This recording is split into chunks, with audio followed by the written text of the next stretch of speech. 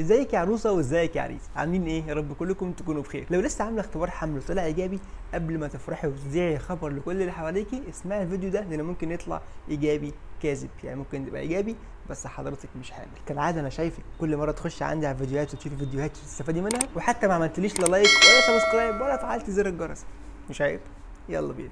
الرقم واحد واللي دايما بحب ابدا بيها حتى في العياده هي ان حضرتك عملتي خطوه من الخطوات غلط، وده بيكون اكتر في اختبار الحمل اللي في البول المنزلي اللي انت بتعمليه لوحدك وثلاث ارباعكم بيعملوا غلط. لو حابين تعرفوا الطريقه الصح هتلاقي في فيديو انا عامله هنا او هنا في علامه الاي، اتفرجوا عليه هيفيدكم كتير جدا. تاني سبب بقى واللي هنتكلم عنه النهارده هو ان حضرتك عملت الاختبار وسبتيه مثلا نص ساعه او ساعه، بل وفي بعضكم بيسيبوا لتاني يوم بعد كده يجي يبص كده، ايه ده؟ شرطتين؟ لا طبعا ده غلط. اختبار الحمل بيكون مكتوب عليه المده اللي بيظهر فيها النتيجه، اكتر من المده دي في اختبارات كتير جدا بتطلع شرطه زياده او خط زياده مع ان ما بيكونش في حمل.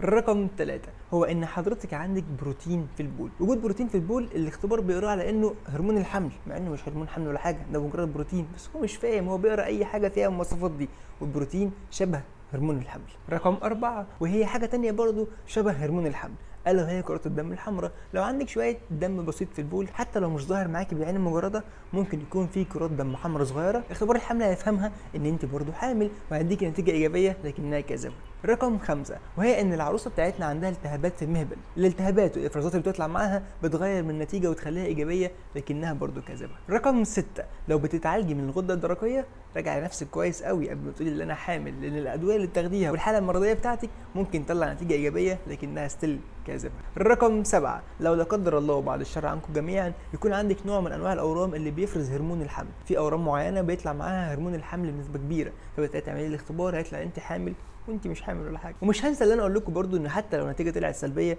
ممكن تكون سلبيه كاذبه. اتفرج على الفيديو اللي كان هنا او هنا هتلاقيه في علامه الاي. وفي الاول وفي الاخر اوعى تنسى وحط دايما في دماغك ان الحمل والخلفه بايد ربنا، وان الاختبار ده مجرد اداه صنعها الانسان ممكن تكون اساسا بايظه، سواء بقى هي بايظه من الشركه اللي مصنعاها او وقع اتخبط في المخزن او الصيدلي وهو بيجيبه من العراف وقع وما قالك، او بقاله فتره كبيره جدا ومركون. فراجع الاكسباير ديت كويس، وهرجع تاني اقول لك ان الموضوع كله بايد ربنا، سيبوا الموضوع على الله. ولو حابين اي استشاره طبيه انا دايما موجود، والدكاتره كلهم موجودين في خدمتكم، وربنا يجعلنا دايما الاداه اللي بتخفف عنكم اي الم وبتساعدكم تحققوا اي حاجه نفسكم. اعتقد للمره الثانيه هقول لك عيب قوي تكون وصلت لحد هنا ما عملتش لايك وسبسكرايب وفعلت زر الجرس والحاجات دي. لو عندك اي سؤال اي استفسار حابب تكلمني شخصيا كلمني على الانستجرام وفيسبوك بتوعي، الروابط هتلاقيها في الوصف تحت، او حتى حط لي في التعليقات اكتب لي اللي انت عايزه برد عليكم كلكم. اشوفكم ان شاء الله في الفيديو الجاي.